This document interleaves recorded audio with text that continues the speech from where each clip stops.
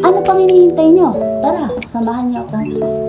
Papunta kami sa Zapote pang interviewin si Captain Santos ukol sa aming research. At after nga ng napakahabang interview, naisipan kong yayain yung jowa ko kumain ng Mr. B. Kasi sobrang gutom na ako, kaya susulitin ko talaga tong anli na to.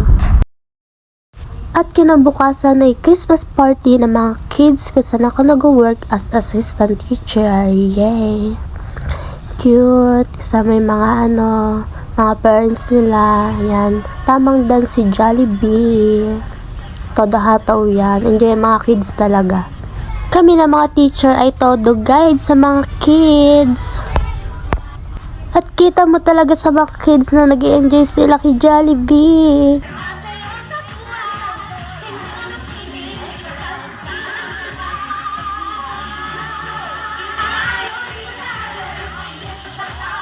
Start na naman natin ang day sa isang panibagong journey. Dahil kailangan ko gisingin na ang aking sarili, kailangan kong magkape. For the init muna habang ginigising ang ating sarili. Yes. And yes, ready na ako and lalabas na ako ng subdivision. Nakasakay na ako ng jeep, may dadaanan muna ako dahil may inutos ang aking boss. Oh my god, nakalagpas ang jeep so kailangan ko tuloy maglakad papuntang GRS so for the lakad ng person. Nakarating na ako agad ng GRS and agad ako nag-fill up ng form then ready ang item na ipapadala. After ko magpa-GRS, agad ako sumakay ng green cab para pumunta sa place sa aming pag-shootingan. Pagbaba ko ng cab, naglakad ako papunta sa place na kung saan kami mag-shooting. Here we go, nandito na ako and magsiset up na kami ng place na aming pag-videoan. Hapon na nga kami natapos and inabutan na ako ng ulan. Sobrang lakas ng ulan. Oh my god, di ako makasakay. For the work naman ng person, ayan, pinagplansya ko ng amo ko dahil halis sila, lalabas sila, kakain sila sa labas. Yan, for the busy and person. Tamang music lang and then tamang plansya ng damit na susuotin nila. Pagkatapos ko magplansya ng susuotin nila, nilinis ko agad ang kanilang kwarto. Pinagpag ko ang kanilang kama. After ko maglinis ng kwarto sa taas, nilinis ko naman ang kusina sa baba. Inayos ko mga gamit na nakakalat. Dahil sa sobrang pagod ko, nakatulog na ako agad. At pagkagising ko, dumiretso agad ako sa kusina para magkape.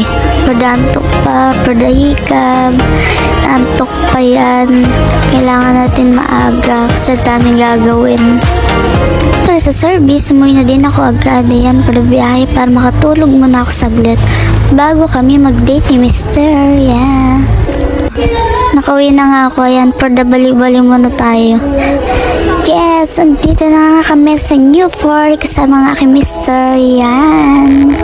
Date muna kami ng aming Mr. sa Newport para manood ng Burugutuistun sa Gadansoy. Kabog, ang hirap ng title. Nabul pa ako dun. Pa nag-start pero na-excite na ako. Wow, sobrang ganda. Ang daming tao, grabe.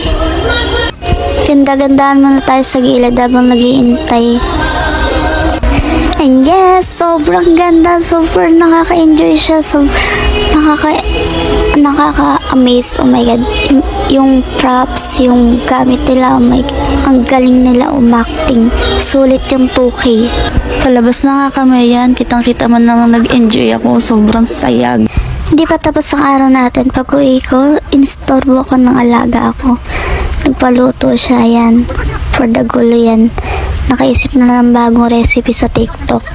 Kaya sasayangin na naman namin ang aming recipe.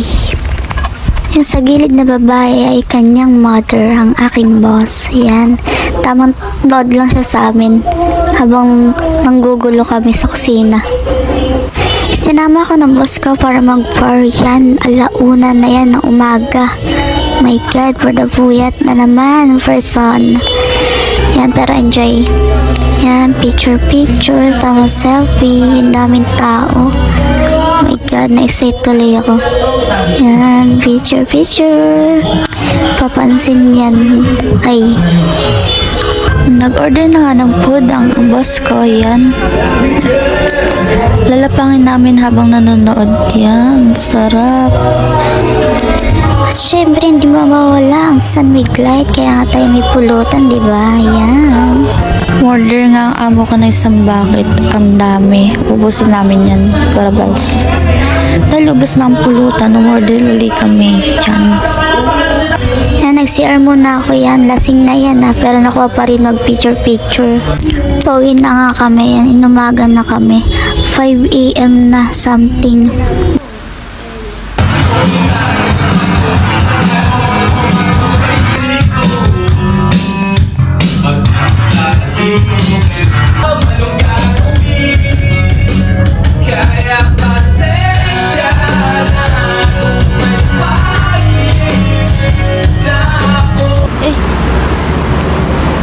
Sabay yun talaga.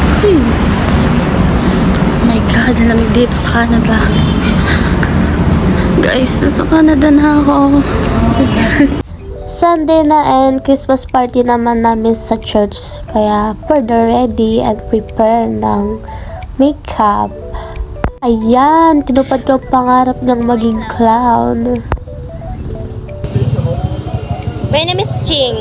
And you? Who are you? The clown. Hi, everybody.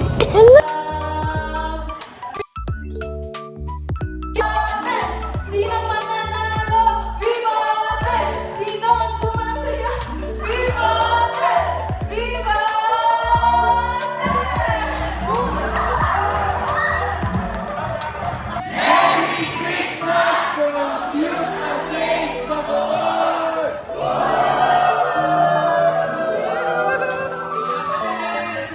At dahil December nga, ang daming event. Kaya ito naman, sinamahan kay jowa ko sa Pistaraya. Event siya ng sinag. Kasi part siya ng sinag org.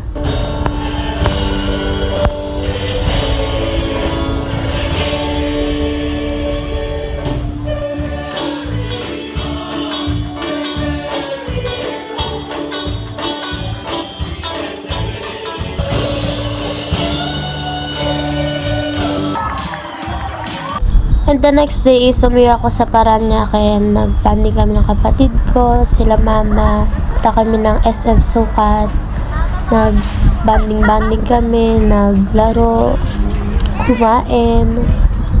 At after naman na nag-banding naman kami ng boyfriend ko, hangout naman kami ng mga Altas member ng organization sa Kabsa Imus. Ayan, nasa Somo kami, yan. Tamang banding, dala ng foods, yan. And then, nag-drawing din kami ng kanya-kanyang style namin. Yan, ginabay na nga kami.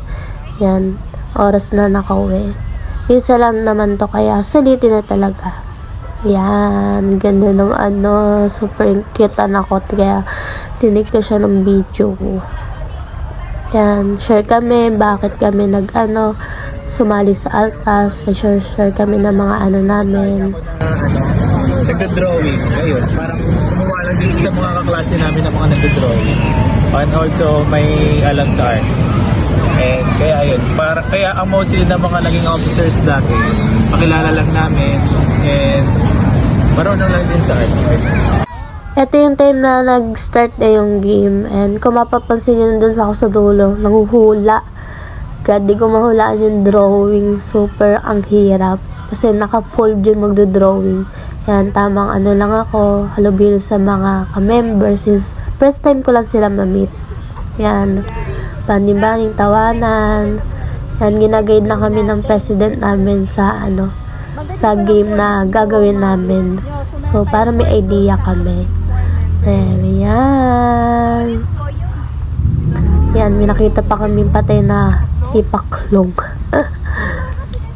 And yes, finally birthday ko na. Yes, 22 na ako. Ayoko talaga tumanda. Yan, binubuli ako ng jowa ko, 22 na ako. Mas matanda ako sa kanya. Hindi ko tanggap na 22 na ako. Noong December 29 yan. Tamang bully lang talaga siya sa akin. 20. I'm 18.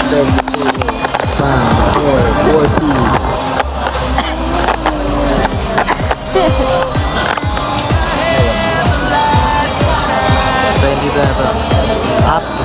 birthday pa. Hindi ako happy. Bakit? Si Contra.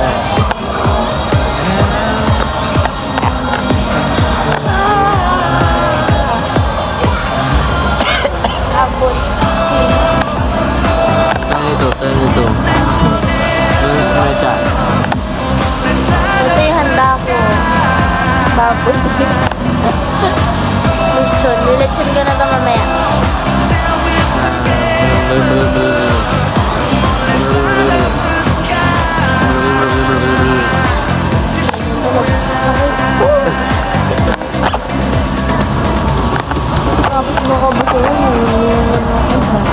At syempre dahil birthday ko, ayan, nilibre ko yung kapatid ko, mama ko, tita ko, and boyfriend ko, ayan. Naiwan si tito sa Paranaque kasi 1,000 bayan. Enjoy sila. Konti lang nakain nila mama since di sila mahilig sa meat. Ayan. 199 lang naman yan and minsan lang yan. Minsan lang ako mag-birthday, minsan lang ako mag-treat. At inipod ko talaga yung ano ko, ng pang-treat sa kanila. Pinagtrabaho ko talaga yan. Ilabot ko, inipod yan. Yan. Enjoy sila. Tabing beat. And high blood talaga. And ito naman nung January 1, reunion namin ng Lopez family sa side ng mother ko yan. Tamang enjoy lang talaga yan. Daytime. Yan, minsan lang mabuo yung pamilya sa Santa Ana. Sama-sama kami mga magpipinsan, tito, tita, magkakapatid, yan. Kulang pa talaga kami kahit marami na yan.